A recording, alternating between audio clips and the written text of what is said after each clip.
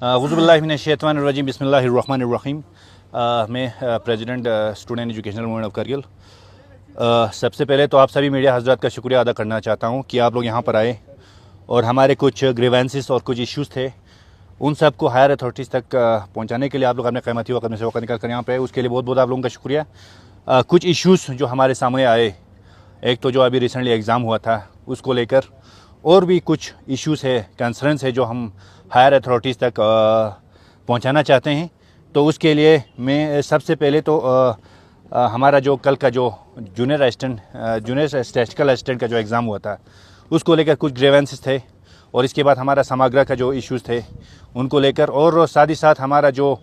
कुछ रिक्रूटमेंट्स को लेकर जो हमारा यूपीएससी के थ्रू अभी निकाला गया है, और हमारा जो डोमिसाइल, और अभी रिसेंटली एक मेरे नोटिस में आया एक मेजर इशू एसटी को लेके, इन सारी चीज़ों को लेके हम आपके माध्यम से हम अथॉरिटीज़ तक पहुंचाना चाहते हैं। तो मैं सबसे पहले हमारा जो कल का जूनियर स्टैटिस्टिकल असिस्टेंट का जो एग्ज़ाम हुआ था उसमें जो कुछ हमारे स्टूडेंट्स, हमारे जो एस्पिरेंट्स का कुछ ग्रीवेंसेस था वो तो आप लोगों के सामने रखना चाहूँगा। उसके लिए हमारे जो एस्पिरेंट्स है जो मेरे साथ बैठा हुआ है, तो ये लोग आप लोगों को उस पोस्ट के बारे और एग्ज़ाम के बारे में आप लोगों को ब्रीफली बताएंगे। इसके बाद हम बाकी इश्यूज़ के ऊपर बात करेंगे।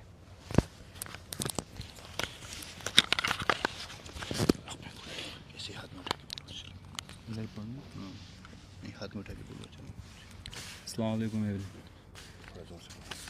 जो कल का जूनियर स्टैटिस्टिकल असिस्टेंट का जो एग्ज़ाम हुआ था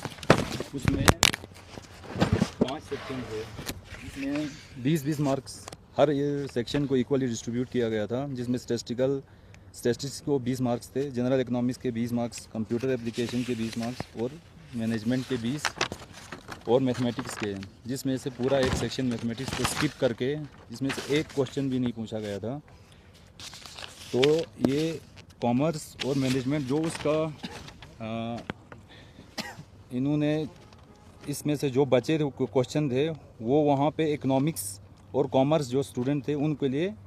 हमारे लिए वो गलत हो गया क्योंकि हम मैथमेटिक्स के स्टूडेंट थे, तो हमें ये सेक्शन पूरा स्किप करने से हम थोड़ा पीछे रह गए।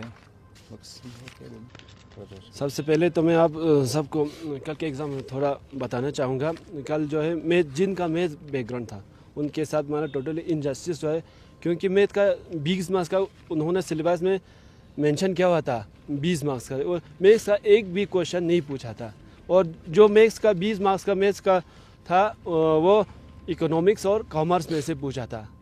इकोनॉमिक्स और कॉमर्स में 60 मार्क्स का पूछा था, इसलिए मतलब हमें उससे काफ़ी दिक्कत हुआ है, और उसकी वजह से हमारे परफॉर्मेंस पे भी काफ़ी मार्क्स भी काफ़ी असर पड़ा है। और बाकी तो यही मेन इशू यही है, बाकी इश्यूज है दो।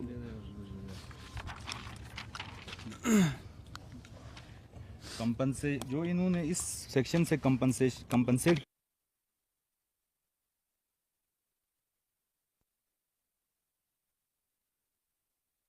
पता नहीं था कि हम इसमें कुछ बोलते, जैसे कि स्टैटिस्टिक्स और इसमें जनरल इकोनॉमिक्स में भी एक ही टॉपिक से रिकॉर्डियन थ्योरी ऑफ ये मार्जिनल प्रोडक्टिविटी, और इसमें से 6-7 क्वेश्चन पूछे थे हमने, मगर कुछ नहीं बोला क्योंकि टॉपिक से पूछा था एटलीस्ट। मगर मैथ को आपने पूरा स्किप किया था, वो तो मतलब बनता ही नहीं है। मतलब जिसने पढ़ा होगा 20 मार्क्स, आप हमारे मार्क्स कम करोगे तो वो उनके लिए अलग अनफेयर हो गया। पूरा स्टैटिस्टिक्स और कॉमर्स वाले बैकग्राउंड उसमें उन्होंने ऑब्वियसली अच्छा ही किया होगा, तो हम ऑलरेडी रेस से पीछे हो गए हैं।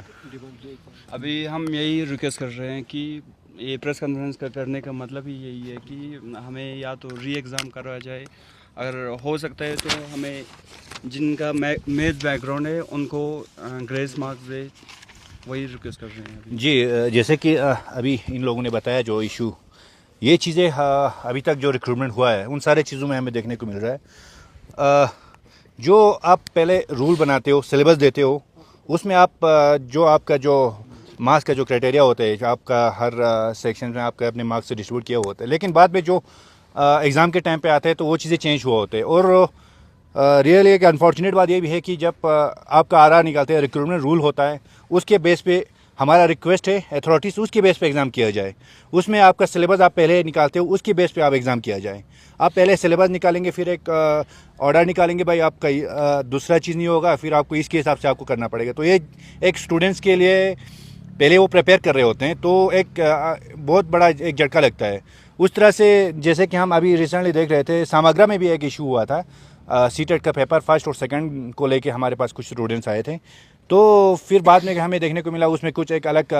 ऑर्डर निकाला हुआ था। एज पर रूल के हिसाब से वो चीज़ें नहीं हो रहा है। तो हम रिक्वेस्ट करते हैं कि जो आपका रूल है, जो आपका सिलेबस आप पहले निकालते हैं, उसकी बेस पे आप एग्ज़ाम कंडक्ट किया जाए और उसके बेस पे आप पेपर बनाए जाए, तो हमारे स्टूडेंट्स के लिए बहुत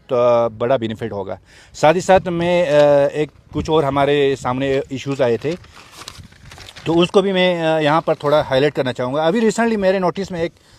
इशू आया है एसटी को लेकर। हमारे जो शेड्यूल ट्राइब होता है उसको लेकर अभी मेरे नोटिस में एक इशू आ गया। इसमें बताया जा रहा है कि 2025 के बाद हमारा जो एसटी होते हैं, जो बोटो, ब्रोकपा, चंगपा, उमोंग और प्योर पुरिक वाले को जो है इसको मिलता था पहले। उसके बाद हमारा क्या होता था, जो लद्दाख में एसटी जिन लोगों को मिलता था उसमें हमारे जैसे कि पास होते हैं, वज़ीर पा है ना, मुंशी पा, गरबा पा, उस तरह के जो पास होते हैं उनको भी इससे पहले एसटी दिया जाता था। लेकिन अभी जहाँ तक मेरे को पता चला कि ये पर्टिकुलर लैंड रिकॉर्ड के हिसाब से उन लोगों को दिया जा रहा है जो आपके लैंड रिकॉर्ड में इन सारे 4-5 पास जो है, 4-5 आपका ट्राइब है, जो जैसे बोटो हो गया, ब्रोकपा हो गया, चांगपा हो गया, मोंग और पुरिकपा हो गया। और पुरिक भी वो वाला पुरिक जो प्योर पुरिक वाले होंगे आपके लैंड रिकॉर्ड के हिसाब से, उसको दिखाया जा रहा है। और साथ में यहाँ पे जो जितने भी जो मुंशीपा होते हैं, हमारे जो वज़ीर पास होते हैं, तो उन सब को जो है आपका जो पेरेंट्स जब एसटी है तो आपका रहन सहन एक होता है, आपका उठना बैठना एक होता है, उसके हिसाब से सारे लोगों को एसटी दिया जाता था। तो अभी 2025 के बाद एक नया ऑर्डर के हिसाब से ये चीज़ें बंद हुआ है। अब उन लोगों को एसटी दे रहा है जो प्रॉपर हमारे यहाँ पे जो 5 ट्राइब के जो लोग हैं उनको जो है एसटी प्रोवाइड किया जा रहा है। बाकी जो पास है जैसे वज़ीर पा भी, मोन वाला और गरबा पास और भी बहुत सारे पास है जो मैंने अभी आपके लोगों के सामने रखा, उन सब को जो है अभी बंद किया हुआ है। तो हमारा रिक्वेस्ट है कि जो पहले दे रहा था एसटी से, जिस तरह से जैसे हमारे सारे पास हो गए, तो इसका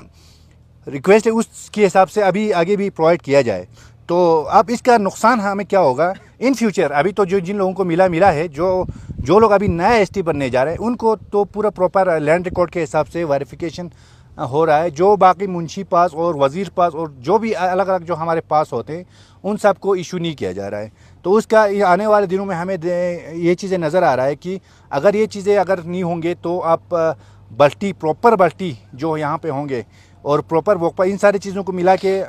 अगर जो बाकी लोगों को हम एसटी प्रोवाइड नहीं करेंगे तो मुझे लग रहा है लद्दाख में से अराउंड 30 या 40% को ही एसटी इशू होगा। बाकी जो 70% जो है वो उन लोगों को जो हमारा एसटी का मसला है वो थोड़ा दिक्कत करने वाला है, और हो भी सकता है वो उन लोगों को इशू ना हो। अगर वो नहीं होगा तो फिर इसके बाद हमारे जो लोकल जो उसके बाद जो लोग आएंगे जिनको एसटी इशू नहीं हुआ होगा, तो ये ख़त्म होने के साथ ही साथ सारे रिजर्वेशंस, सारे जो इनको जो एसटी के बेनिफिट जो मिलते थे हर चीज़ में, चाहे बिजनेस फील्ड में हो, चाहे रिक्रूटमेंट के फील्ड में हो, चाहे किसी भी फील्ड में हो, चाहे एडमिशन के, चाहे जो भी फील्ड में, वो सारे चीज़ें ख़त्म हो जाएंगे। तो 70% को हमारे इन फ्यूचर आने वाले दिनों में 70% को हमारे ओपन में जाने के चांसेस ज़्यादा है।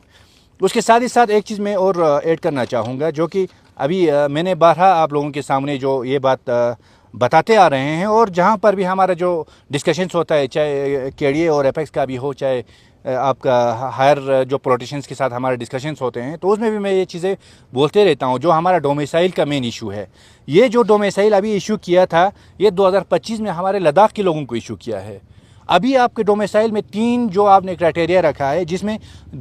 7 साल के बाद जो यहाँ पर 10th और 12th तक जो यहाँ पे पढ़े हैं, और 10th और 12th तक यहाँ पर पढ़े हैं, जिनको 7 साल यहाँ पे हुआ है, उनको जो है डोमिसाइल इशू किया जाएगा। हमारा रिक्वेस्ट ये है, जब आप इनको 7 साल के लिए रखे हैं, आपने बाकी जो जितने भी आपने जो 3 पॉइंट्स रखे हैं बाहर वालों के लिए, तो उसको तब से लागू किया जाए जब से लद्दाखी लोगों को आपने डोमिसाइल देना इशू किया, वो डेट तब से आप इसको ऐड किया जाए। अगर उसके हिसाब से नहीं दिया जाता है, जब अगर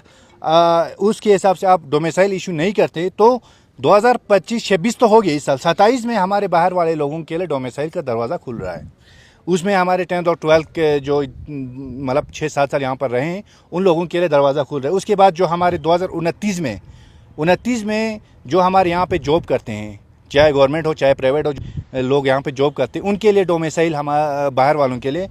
एलो हो जाते हैं। तो हमारा इसकी डोमिसाइल की इस पे हम ये इस हायर अथॉरिटी से रिक्वेस्ट करना चाहूँगा कि जो डोमिसाइल इशू हुआ है लद्दाखी लोगों को उसके बाद 7 साल की